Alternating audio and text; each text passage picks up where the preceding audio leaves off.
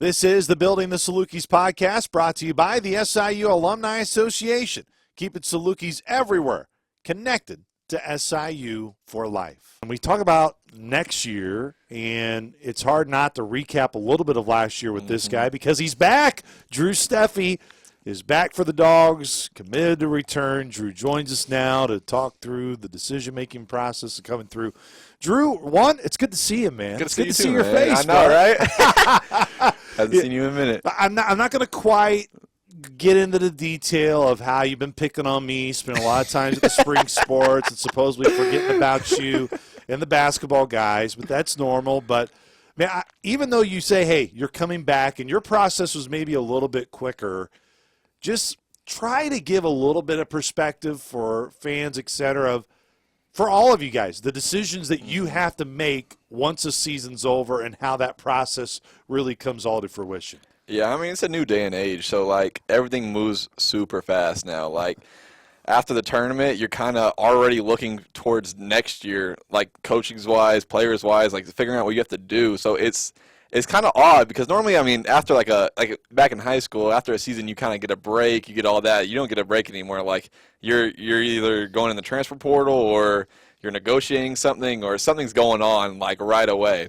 So, yeah, I mean, came back here. That was what I wanted to do. That was my plan all along. I mean, I didn't want to go anywhere else. Like, this place is I love it here. Love what we're building down here. So, I mean, I didn't want to go anywhere else. So, I don't want to avoid the elephant in the room where I know, obviously, look, the NIL part of it, the money aspect is no doubt included in your reasons and wanting to stay. But for you, Drew, in whether you want to enter the portal, you did not. What was kind of your thought process of, okay, if I have these things, if this is what's important where I'm at, I know I'm not going to enter. Yeah. Or if these things don't add up, that may lead to that type of conversation. How did you discuss that with just those who were close to you of what was important in your process to ultimately lead to where you never got into the portal, tested the water? yeah, I mean, me and my dad talked about it kind of right after the season about, like, what we wanted and what we wanted to happen and what needed to happen for me to stay, and those were perfect. Like, no negotiations, no nothing. It was really good. So, I mean, and that's what I wanted. So there's no reason to keep going, and I wanted to be back here. You know what I mean?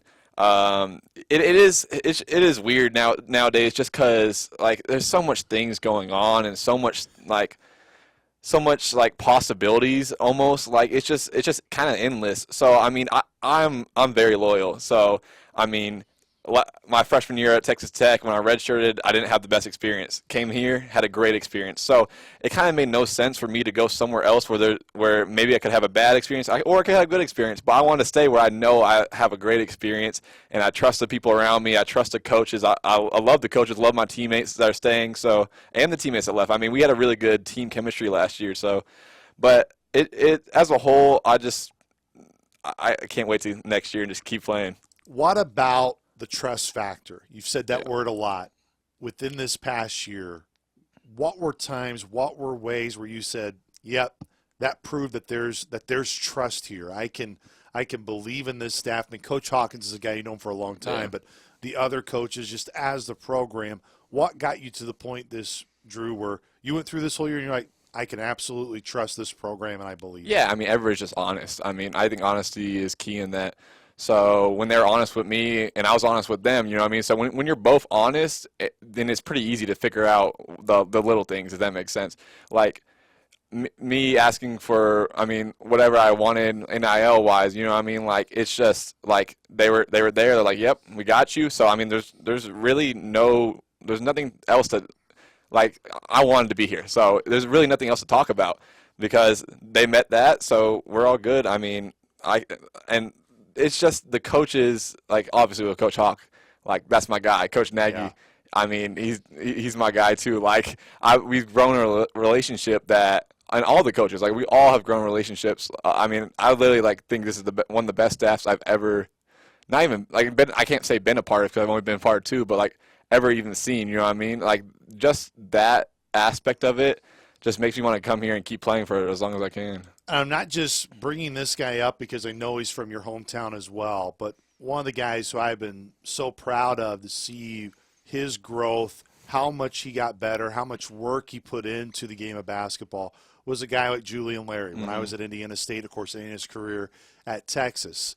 You this year, you just like Julian, such a great personality, just a guy that everybody in the locker room no doubt loves, wants to be around because of the energy you have, but the work ethic that you put in shows it. And you also had to go through some tough times to work through it. This year, I thought that was a great example for you, Drew. Early, there was no doubt some growing pains. Yeah. But that last month of the year now, Drew, I don't know if there's as many guys who improved within the season as much as you did. What do you credit that to? What do you point to in terms of where you felt you made major improvement over the last year? Yeah, I think just staying with it. I mean, I going into the season, I haven't played a real game in over a year. You know what I mean? So it took some getting used to get the pace, took some getting used to the physicality.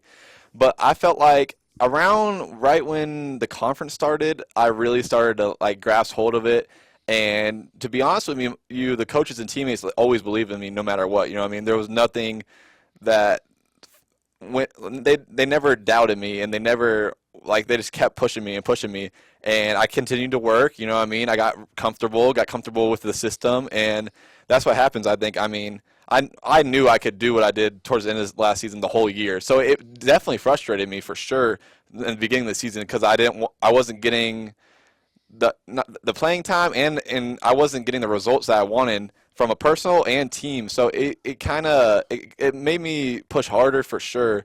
But I mean, just the trust and the faith that the coaches and players had in me last year, it really propelled me to how I finished the season. Of course, we'll have the summer upcoming, and that's going to be a great time just to get to know, of course, all the new members of the team and really expand that when we get there. But let's focus on you just this past year. What were areas when you look at the film, Drew, you go, I really liked what I was able to accomplish here? Like these were really big positives that you're trying to build on now here into the summer. Yeah, I mean, obviously shooting's main. I mean, I started the year off shooting horrible. I mean, I really couldn't believe it. But I finished the year shooting how I knew I could shoot. You know what I mean? Like that's what I do. That's what I've done for a living for the past 10 years. You know what I mean? So obviously that. But I feel like my playmaking towards the end of last year was really good. Defensively, I made big improvements, big strides on, and I want to keep building on that. And just getting in the weight room, laterally quickness, and just getting stronger. You know what I mean? Getting to where I'm a presence on the defensive end as much as I am on the offensive end. The passing ability, what you were alluding to, was no doubt on display really throughout the year. That was one thing that if there was a consistency for you throughout the year, your assist-to-turnover ratio was always the best, if not the best on the team. How do you raise that bar now? Like what's an area that you work on as of today, that you work on right now? And it's not just in that one thing, but specifically, where do you grow yourself to, one, be a better passer, be a better distributor, and be a better playmaker as you head into year two here? Yeah, I mean, I just got to keep building off of last year because I had a good assist-to-turnover ratio, but also my usage wasn't that high. So it's kind of easier to do that when your usage isn't as high. But, we lost – I think we lost our top 3 scorers from last year and basically our top 3 playmakers also. So definitely my usage is going to be higher. So I got to make sure that I'm constant in that, and it doesn't fall just because the way I'm getting used is more than it was last year. You know what I mean? Like, I don't want the usage to affect that, and I just want to keep making plays. I mean, I really do. I know I'm like a scorer, like that's what people classify me as, but I really do love making plays. Like, I love little dump offs to the bigs, finding the open man. I mean, I really do love that. So I just want to keep building on that and keep getting better. To kind of look towards and not so much looking back, but I guess one more question, or looking back a little bit in that way. For you, Drew, what's an area where you go back, you watch yourself, and you're like, this is one glaring thing that I need to make a priority now this offseason. Like, this is the area I need to focus on that can get me into a better position to help this team. Yeah, I mean, just some small details on defense. Just maybe not being in the gap where I'm supposed to be at all times. I want to be there at all times so I can help my teammates, and probably rebounding the ball a little better. I want to improve on that. I felt like I missed some opportunities on just boxing out and crashing. So I really want to. They're small, nitpicky things, but that's what helps the team win is the small things in the grand scheme of things. So As we continue our conversation with Drew Steffe here in a moment, this is the Building the Salukis podcast, brought to you by the SIU Alumni Association. The SIU Alumni Association wants you to remember, once a Saluki, always a Saluki. Alumni worldwide are staying connected and getting involved at SIUalumni.com. What did you pick up on this year in terms of improving your basketball IQ? That's an area I believe at all times. I mean, whether you're in the broadcasting field, whether you're in the basketball field, the work field, you always have to find ways to make sure you are sharpening your IQ, that you don't stay stagnant. What's something that maybe you picked up on within the last year of just what you guys do from a daily standpoint within the program, the assistants you work with each and every day to watch film? What are things that you pushed yourself this past year in an IQ standpoint that was maybe different and helped you? yeah, I mean, I think the IQ standpoint kind of it with reps it just gets better and better and better. So like films, that's reps getting into your IQ. Playing, just anything playing helps your IQ. And I really think that once your IQ gets higher, the game kind of slows down a little bit. You know what I mean? I felt a little sped up beginning of the season last year. You know, and it wasn't necessarily my fault. It's just I haven't played in that type of pace or physicality or anything. So I feel like your IQ just rises as you keep playing, and I mean I just want to keep learning and do whatever I can do. You know, watching film is big important, but yeah, I mean I feel like my IQ is high, but I do want to get to a point where I know everything that's going on the court at all times. As you understand, in this day and age, Drew, fans can somewhat feel a little frustrated when some major pieces do go and do leave, which you brought up. There are going to be guys that were used at a very high clip last year that potentially are not going to be part of the team here as we get later in the year. I know the team and the roster continuing trying to come together as we have this conversation. But out of the guys who are coming back, what are you most positive about of the group that did spend time with each other last year? Rollins, Damian, Davion, Jorge, you. What do you like about that group? Jaheim, who's coming back, of we got a good core that maybe usage rates and et cetera weren't as high as others, but there's still a good core of what we all understand the expectations going to be here and help the incoming transfers that are about to come in. Yeah, I think that's the biggest part is helping the incoming transfers coming in because we know what it's like to go on a day-to-day with practice, weights, and all that being here. You know what I mean? So definitely helping and just, you know, I feel like we're almost more we're as important as it is the coaches as helping the people learn that are coming in just to know what to do and what the coaches are looking for and the type of play style we want to play. I think that's very important for us to let them know. And I mean the people that are coming back, I mean I love them. We've been working out for the past couple months ever since the portal opened and everybody went in the portal, and just the 6 guys that stayed here. I mean, it's a really good group of 6 guys, and I really am going to enjoy, you know, being one of the returners. Me and Mayo especially, just learning how to lead. You know what I mean? Learning how to lead the people that are coming in and the people that stayed, and I feel like that's going to be the biggest kind of step I want to take going into next year because Mayo's a great leader, but I want to lead like. Because he led last year. I mean, I think he was our main. I would say he was our main leader last year. So I want to get up to the par of him, so we can both go figure this thing out and go win some games. Some of that is figuring out exactly who you're going to be paired with in terms of what the roster makeup is. But regardless of who is on the roster, where do you see yourself pushing yourself to be that? What do you need to do to get to that level? Because your voice has always been one that's been heard. What are other ways outside of just your voice being heard that you feel like you can be that type of role for this team this coming year? I mean, just being in the gym. I mean, getting to know the guys, getting to know them off the court, on the court. I feel like that's really what leaders need to do. And then if you have trust with them off the court and on the court, then there's really nothing that could waver. Like everybody understands and knows what the team needs to do in order to win. So if we set the standard right from summer jump, then there's really no way for anybody to go other ways. And we're just going to keep building and building and building on that until we get to the season, and that's where we really take off.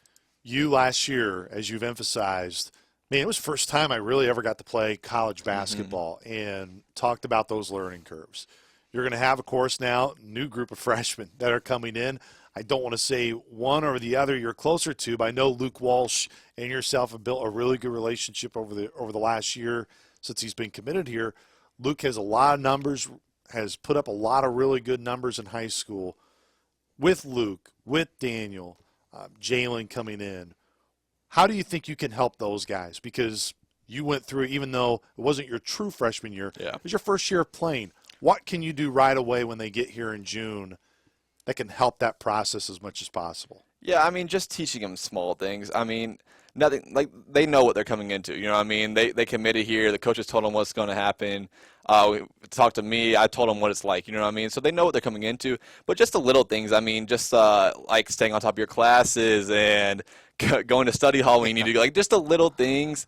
Even not even on the court, off the court, I think really builds to where once you're on the court, then you're just out there, you're playing basketball, you know what I mean? So all three of those freshmen played basketball at the highest levels in high school, so they know what it's like, they know what it takes, you know what I mean?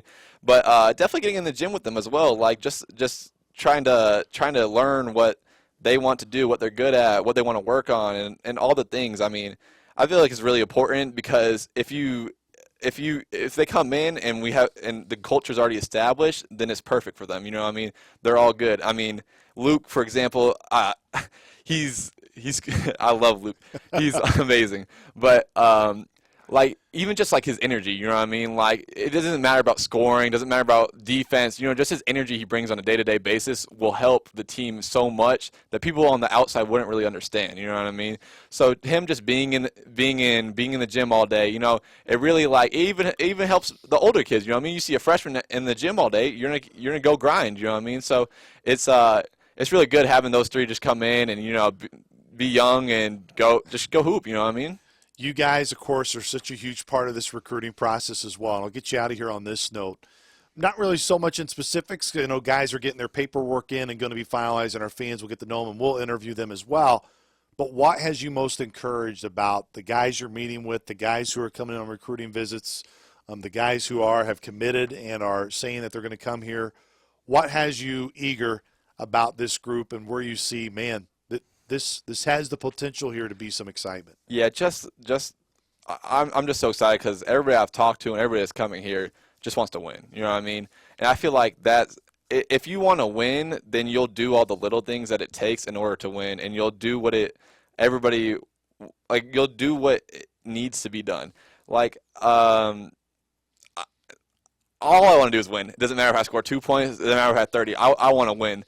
And when other people have the same mindset as me, then it helps, you know what I mean? So I'm just excited for them all to get here, you know, meet them, know more about them, and just get to work with them, to be honest. I can't wait for the season. I think a really good team is building, like a really, really good team. So, I mean, I know we'll have the chance to compete for all the championships and all that. So we just got to keep building and take it day by day in order to get there. I know you're surprised I still remember your name and know how you look like and just thinks when I go to these seasons that I forget who you are. But I appreciate that you at least remember who I am and came back into our world. Drew, so great to have you back. Can't wait for the summer. Appreciate the time coming on by, and it will be June here before we know it. I know. I can't wait. I can't wait to play a game. Oh, my God. Let's go.